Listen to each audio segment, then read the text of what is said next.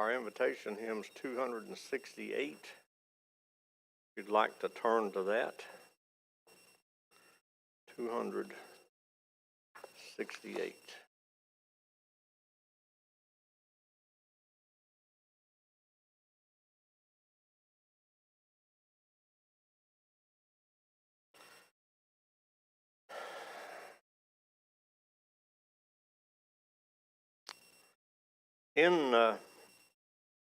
In his book, In the Eye of the Storm, Max Lucado tells the story of Chippy the parakeet. Chippy was a happy parakeet, and he was the joy of his owner's life. I don't know if this is real, but for the sake of the story, she's called Mrs. Smith. And one day, Mrs. Smith was vacuuming, and she noticed that Chippy's cage was dirty. So she opened the little door, and using her attachment, began to vacuum out the cage, out the bottom of the cage, as Chippy sat up on the perch, safely away from the vacuum cleaner. In the midst of doing that, the phone rang, and as she turned to answer the phone, she moved the attachment higher than she meant to, and to her horror, Chippy disappeared into the tube of the vacuum cleaner. She dropped the phone. I don't know what the person on the other end of the line was thinking, but she dropped the phone, turned off the vacuum cleaner, and tore open the bag and found Chippy still alive, but covered with dust and debris.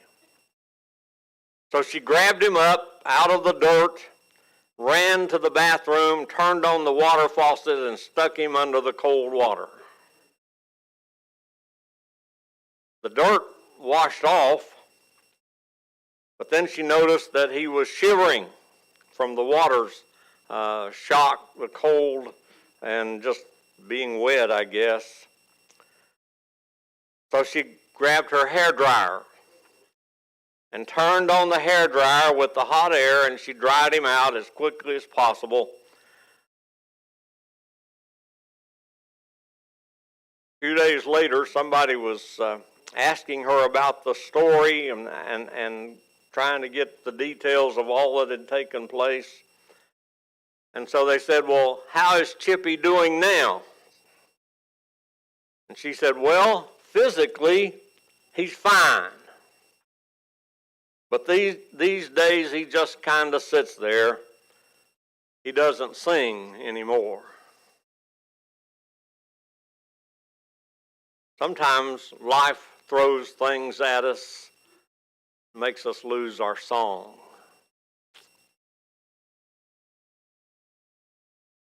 In the next few chapters of the book of Revelation, we could lose our song. Chapter 6, 7, 8, 9, 10, and 11 could be taken as pretty bleak messages. I'm going to go back and probably do something that I should have done the first Sunday that I started this book of Revelation, but it might be more important to us now than it would have been at that time. There's one thing that we have to remember as we go through this entire book of Revelation, is that this book is a message from God through Christ to persecuted churches. Specifically, those 7 churches in the first 2 chapters of the book. And then to us too, as persecution comes into our world and into our churches and into the churches that are around the world. So we don't really want it to be overcomplicated, because it needs, if it's going to be comforting and strengthening to us and to churches as they're going through persecution, it needs to be something that can be understood.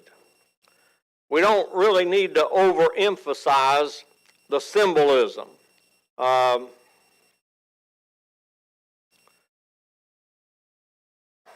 We use symbols. The American flag is a symbol, and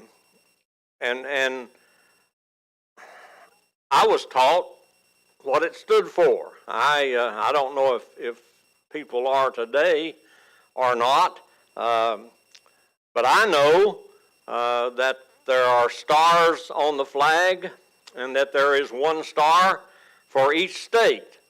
And when I was first realized what the flag was, there were 48. And then when there became 50, they had to figure out how to configure those so that they would fit in to the space properly. There are stripes on the flag, red and white, and there are, anybody know how many stripes? How come? 13 colonies that were the original. A lot of people don't know that this day and age. There are 13 stripes on the flag, and they represent the 13 original colonies of this nation. And so they symbolize those things. Simply, in Revelation, a lamb is innocent and vulnerable. A lion is fierce and noble. A dragon is frighteningly large and evil. And when we see these symbols in the book of Revelation, then it's meant to give us an understanding of what was going on in that day. The Lamb, innocent and vulnerable, Christ, the Lion, fierce and noble, the Lion of Judah, then the devil, Satan, as the old dragon.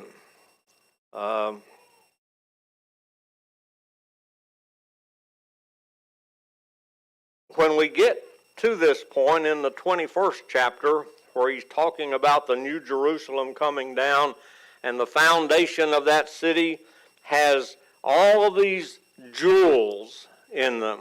Some of them I can't even pronounce, and some of them I wouldn't know what they looked like if I saw them. I do know jasper and sapphire and emeralds and onyx and rubies, turquoise and amethyst. But there's 12 different jewels.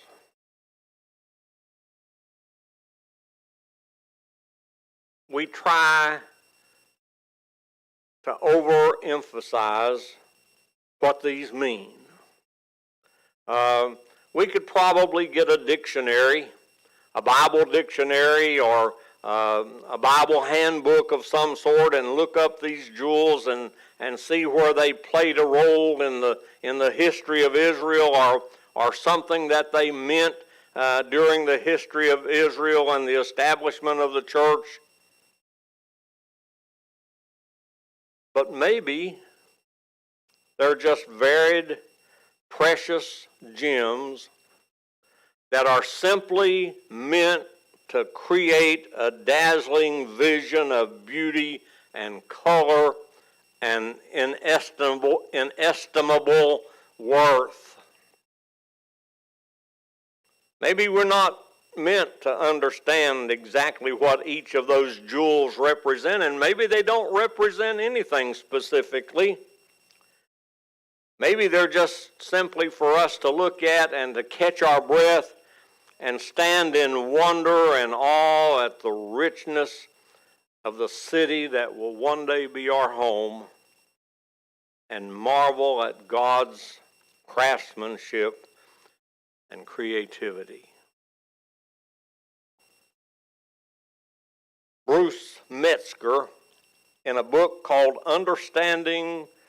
Breaking the Code, Understanding the Book of Revelation, says this: "This book contains a series of word pictures as though a number of slides were being shown upon a great screen.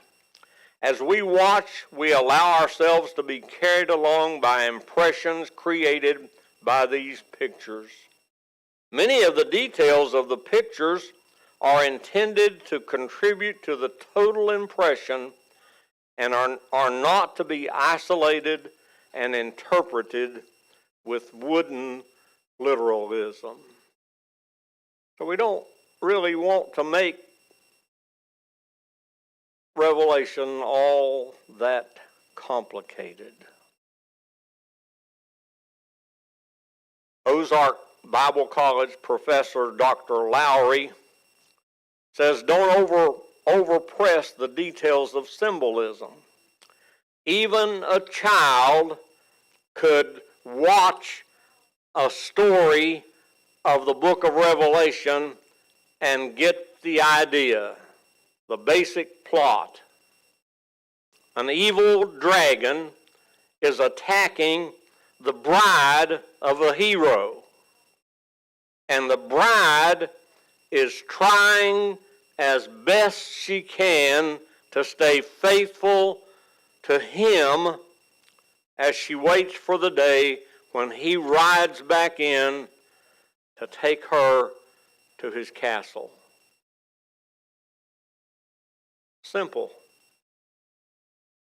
The church being persecuted by the evil dragon, and we're trying to stay faithful to the Word of God and faithful to Jesus Christ while we're waiting for his comeback to take us with him forever.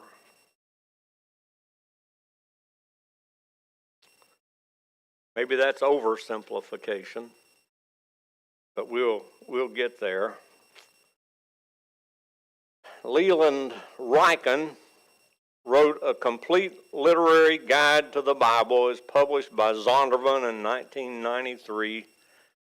He says this: "The truth is that for most part of the images and symbols of Revelation are universal. Its images are those of our waking and sleeping dreams: lamb, dragon, beast, water, sea, sun, war, harvest, bride, throne, jewels. Its color symbolism is equally universal.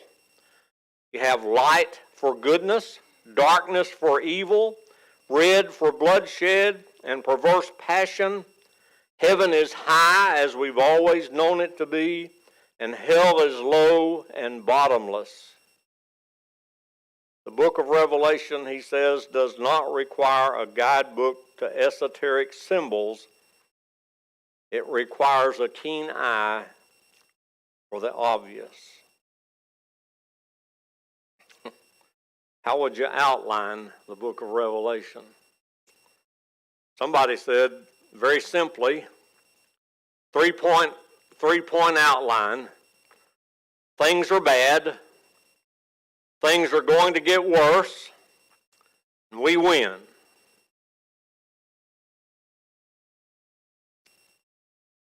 A little more complicated than that, an outline. As we've already seen in the first 3 chapters, Jesus counsels the churches. And then in chapter 4 and 5, we were in a worship service where Jesus controls the universe because he is the one that's worthy. Chapters 6 through 11, as we're getting ready to go into, Jesus condemns the earth. And then when we get to these chapters 12 through 20, we see the battle between Jesus and Satan, and Jesus conquers Satan. And then in chapters 21 and 22, we see the long-awaited marriage of the Lamb to the church. Not a complicated outline. Now, remember, Jesus was trying to send a message to encourage persecuted churches. And in order for them to be comforted in their persecution, he would have wanted his message to be understandable to his readers.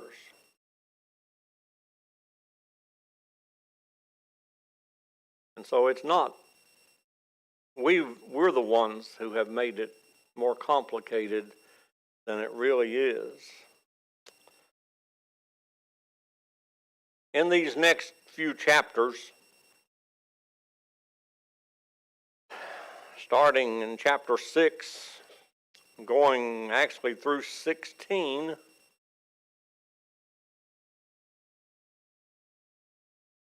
we have to do some understanding. In chapters 6 and through 8, there are 7 seals that need to be broken. S-E-A-L-S, seals. And then in 8 through 11, there are 7 trumpets. And then there are 7 bowls, B-O-W-L-S, in chapters 15 through 16. These seals and trumpets and bowls are not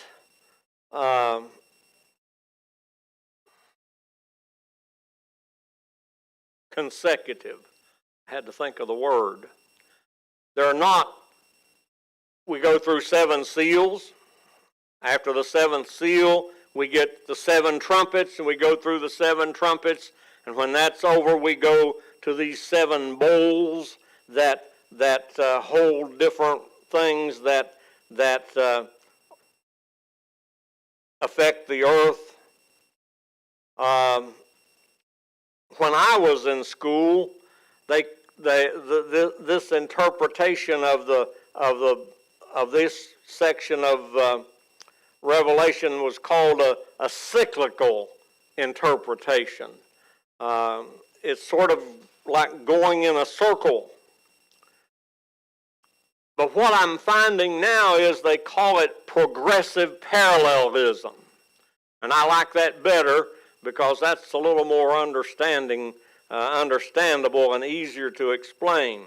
Progressive parallelism. For example, a parent tells us that their child is 14 years old. We sort of get an image of a 14-year-old. The next thing they say, though, is, my child is a teenager. And we can get a different picture. 14 years old tells us how old they are. But being a teenager tells us all the things that are going on in life. The music, the clothes, the habits, the hormones, all the things that are taking place in the teenager's life and world. Well, they both say the same thing. My child is 14 years old. My child is a teenager.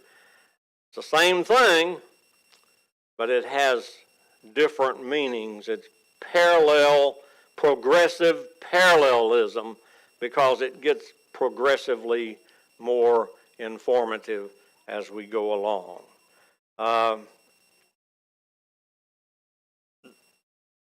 Jewish Hebrew literature is full of progressive parallelisms. It starts even in Genesis. You read Genesis, and in the first 2 or 3 chapters, it talks about God said, "Let there be light," and there was light, and then He formed the earth and the different things on the 7 different days. And then the next couple of chapters goes into more detail about the creative process and what really took place and the details of those created things. Well,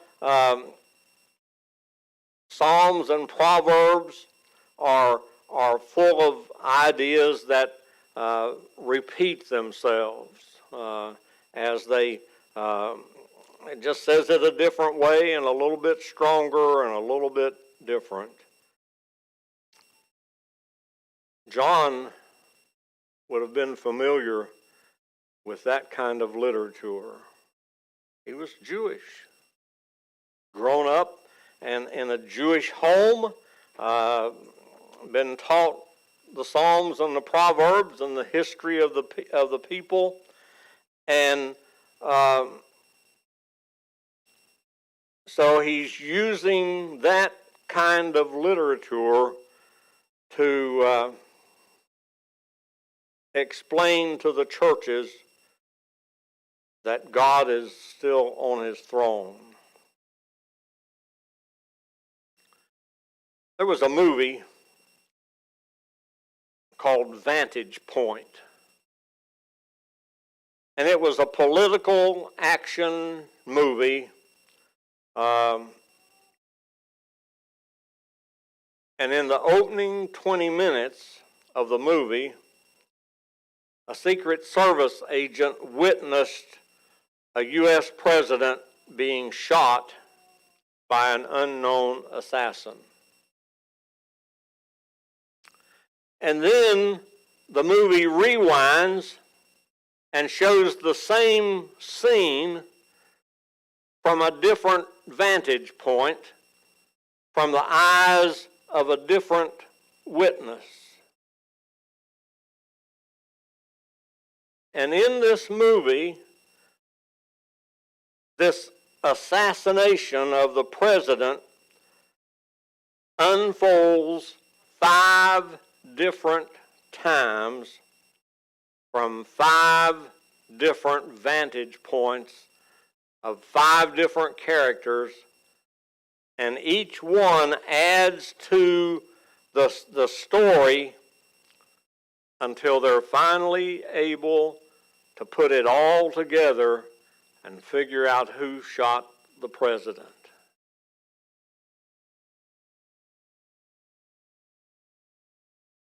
That's about the way the book of Revelation is.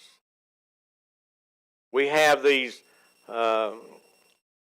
3 sessions of 7 judgments. There's the seals, the trumpets, and the bowls.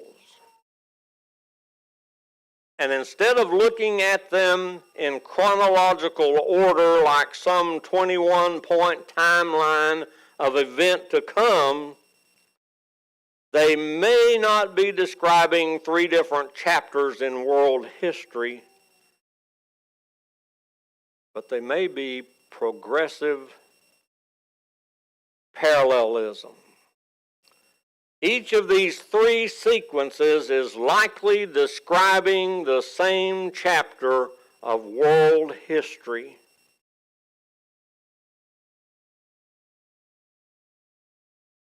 Through a little bit different lens and with a little bit more detail. And each time it gets a little bit worse until we get to the worst of all. 3 different levels of intensity.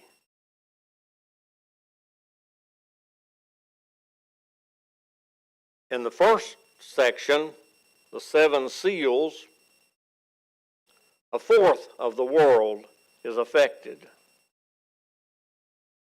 And when we get into the 7 trumpets, it affects a third of the world. And in the 7 bowls, the third look, the whole world is affected. It gets a little bit stronger, a little bit worse.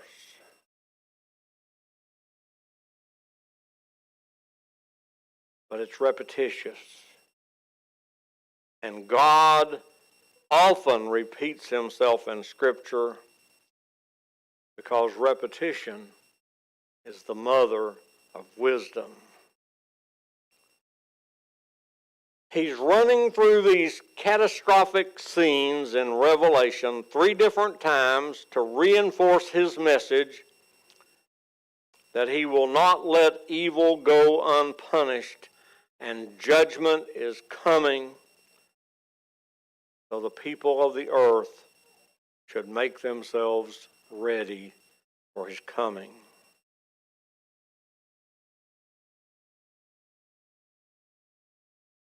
One more thing that's important as we go through these is that between the 6th and the 7th seals, and in the 6th and 7th of each of these sequences, there's an interlude, a little break. Between the 6th and 7th seal, the security of the saints is stressed. Revelation, the 7th chapter, verse 1 through 17. When the 7 trumpets are sounded in the 10th chapter through the 11th chapter, the 14th verse, the interlude stresses the saints' witness, that we're to be witnesses. And when we get to the 3rd trip through in the 16th chapter, the 15th verse, it's stressing that we are supposed to be vigilant and watchful. God is reminding his people of 3 different responses to the coming of his judgment. And he's saying in all 3 of them that we're to trust his protection, to proclaim his truth as witnesses, and be prepared for his coming, because it's coming.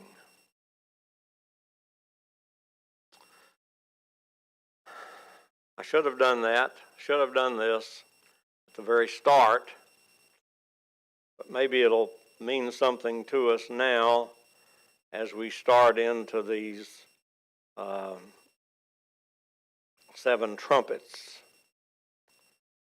I'm not going to go much farther with that today because my time is about up. But I want to do this.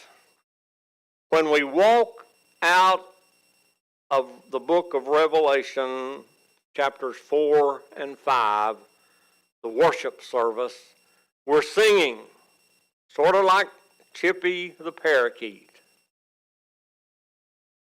But in Revelation 6 and 7, when the seals are broken or opened, the Bible points to several different causes of suffering. And if we're not careful, we can lose our song. Sometimes the suffering that comes is because of our own sinful choices. We just studied Galatians chapter 6. Talks about, as a man soweth, so shall he reap. And so our troubles, our sin, are maybe because of our own sinful choices. Sometimes troubles come because of others' sinful choices. In Genesis, the 4th chapter, Abel suffered because of Cain's choice to kill him.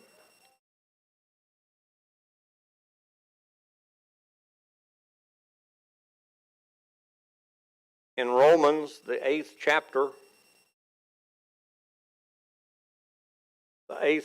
verses 18 through 21, we see that suffering comes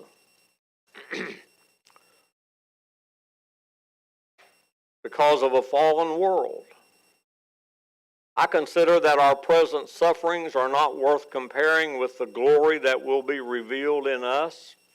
The creation waits in eager expectation for the sons of God to be revealed.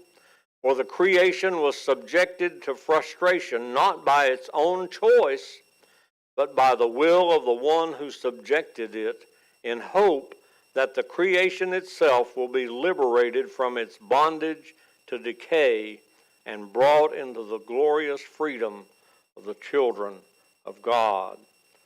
Sometimes suffering comes just because the world has fallen. Sometimes it's Satan that causes our pain and our suffering. Read the book of Job sometimes. Or 2 Corinthians, where Paul's thorn in the flesh, and he says that's a messenger from Satan to keep him humble.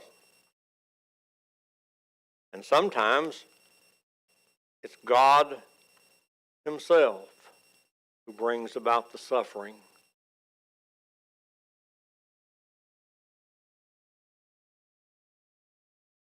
That's hard to believe, isn't it? But he told the children of Israel,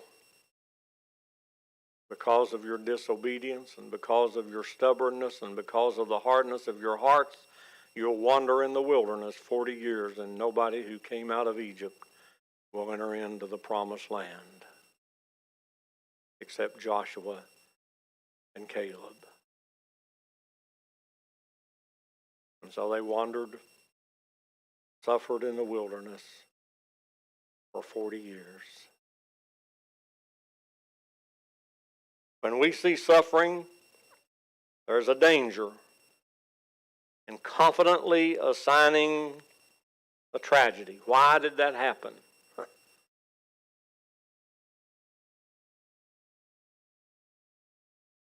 I could look from my own perspective and try to figure out why Frances is going through what she's going through, why Kevin and Rhett and myself and Donna Gale and the grandchildren are going through what we're going through because of what she's going through. Her fault, my fault, God's fault. I mean, we could really get down in the doldrums if we wanted to analyze and assign blame. Could be just a fallen world. I don't know. But we can say this, that God, in his sovereignty, will use suffering, no matter its direct cause, for his purpose. And I pray, Lord, show me what I need to learn from what I'm going through. And I know that Kevin and Gail pray that also. Next week, we'll look at the 7 seals in Revelation 6 and 7. If you want to go home and read Revelation 6 and 7, then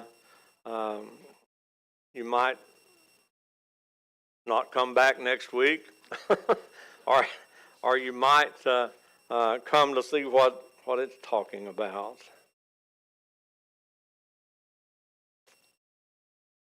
I wanted to close with this song.